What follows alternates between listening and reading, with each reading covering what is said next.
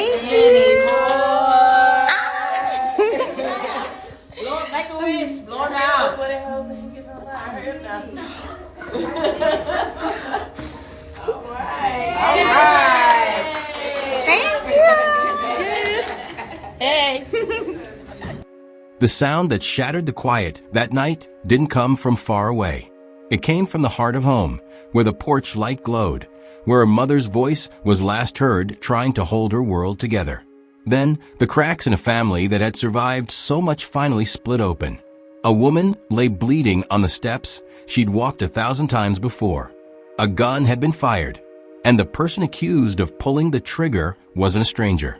It was her 16-year-old daughter. Moments later, flashing lights replaced the night stillness.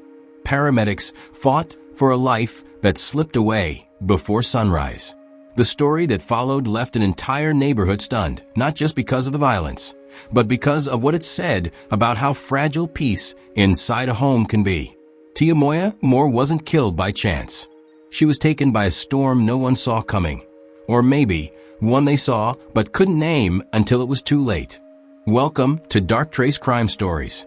We uncover the real stories behind the nation's most disturbing cases, not to sensationalize them, but to understand the failures, patterns, and warning signs that lead to tragedy. If stories like this matter to you, consider subscribing and turning on notifications so you never miss an episode. Tragedy unfolding in a neighborhood in Galveston. Police say a 16-year-old is accused of shooting and killing her own mother. And now investigators are trying to figure out why. The shooting happened just before 8 o'clock last night at a home on Avenue Q near 52nd Street. Orko Amana spoke with the family today. He is live from the Galveston Police Department with the latest. Orko.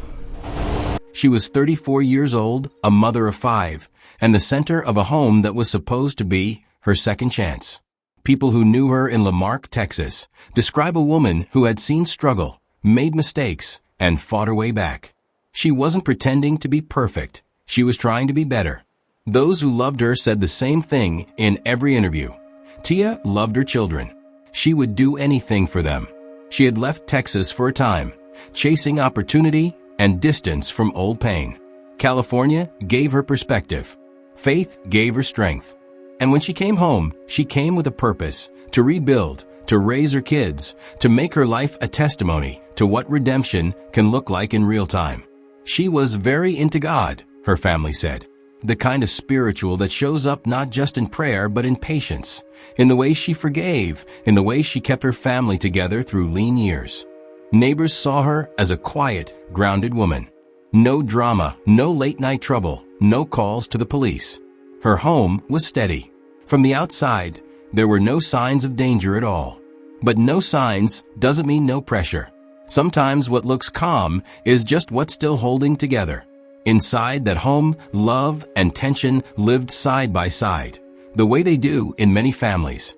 Parents try to set boundaries. Teenagers test them. Voices rise, then cool. Words cut, then heal. But sometimes the distance between disagreement and disaster is one bad moment and one unlocked weapon away. Tiamoya's relationship with her teenage daughter was layered and complex. There were good days and days that tested every bit of patience. People close to the family hinted at emotional strain, at arguments that seemed to repeat in cycles. But there's no record of ongoing police involvement, no restraining orders, no formal red flags. Whatever trouble there was, it lived behind closed doors, where most families try to fix their problems quietly. The daughter's name hasn't been released because she's a minor. What little is known paints a portrait that's both heartbreaking and painfully familiar. A teenager under pressure, battling emotions she couldn't manage, living in a world where access to a firearm can turn a single moment of fury into something irreversible. And that night, the line between argument and tragedy disappeared. In the early hours, neighbors heard shouting, loud, tense, escalating. Then came the gunfire. Multiple shots.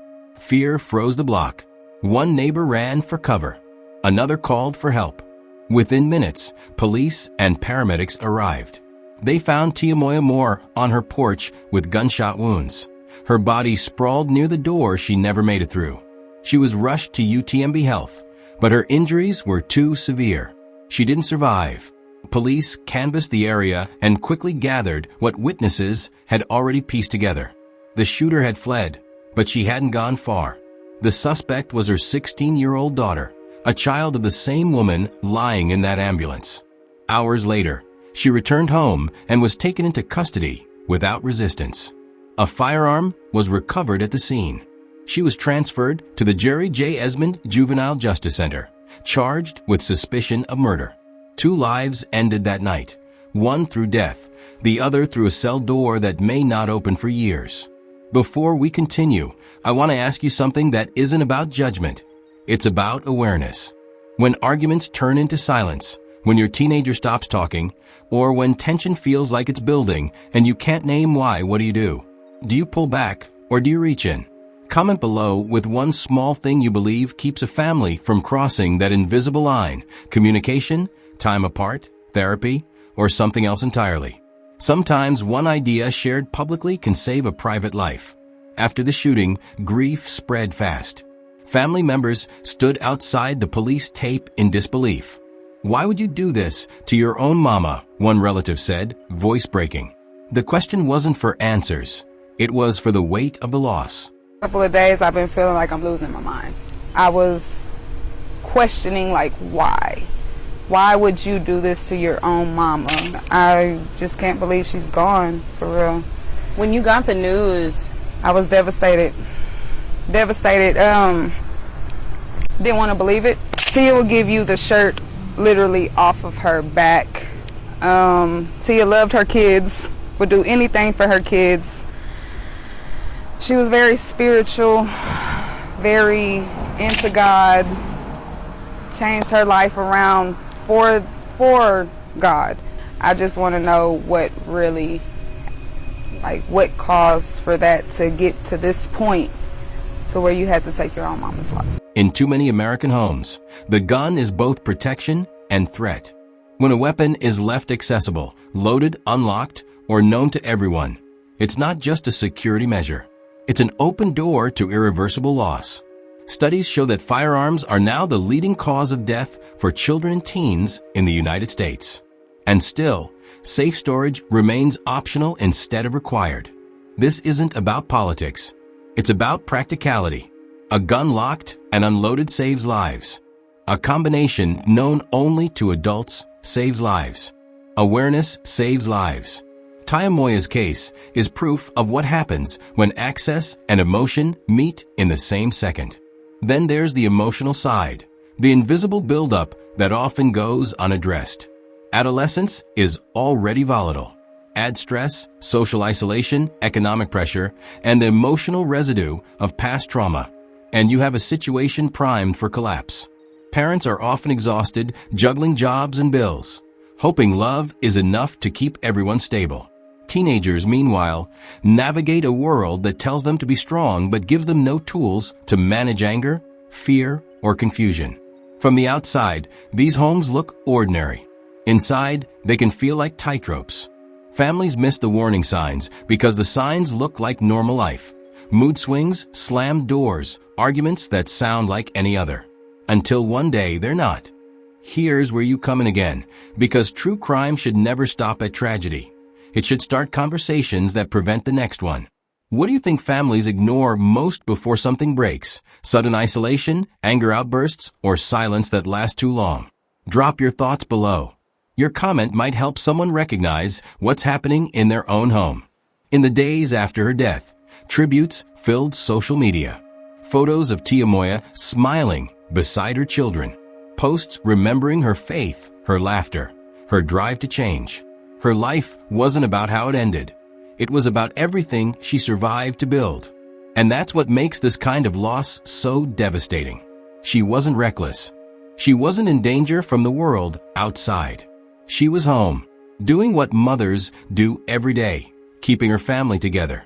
But safety is fragile when help isn't within reach.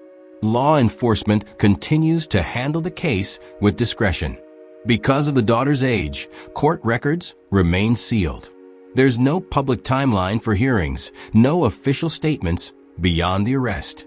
The focus now is on the surviving children, on rebuilding what's left of a family that's been cut in half. The story has no twist ending. There's no revelation waiting at the trial. What we're left with are truths we already know and too often ignore. When families don't have the support they need, when firearms are accessible, when emotions turn desperate, tragedy becomes predictable. And so, what do we do with that knowledge? We start at home. Lock every firearm. Always. Normalize counseling for teenagers. Don't wait until the crisis. Create space for arguments that don't end in threats or silence. Teach that walking away is not losing, it's surviving. Know where to turn before you need it. Churches, schools, community centers, all of them can bridge that gap before violence fills it. Because the truth is, families like Tiamoya's shouldn't have to rely on faith alone to stay safe. Love is powerful, but love needs structure. It needs backup. The night Tiamoya Moore died will haunt her community for years. A mother who had worked so hard to rebuild her life was killed at home, and a daughter who couldn't process her pain became part of a tragedy that can't be undone. This isn't just a crime story. It's a warning. It's a call for accountability from systems that leave families unsupported, and from all of us who think it could never happen here. Let this move you towards something real. Start a conversation. Lock the weapon you own. Check on the family that seems fine but might not be.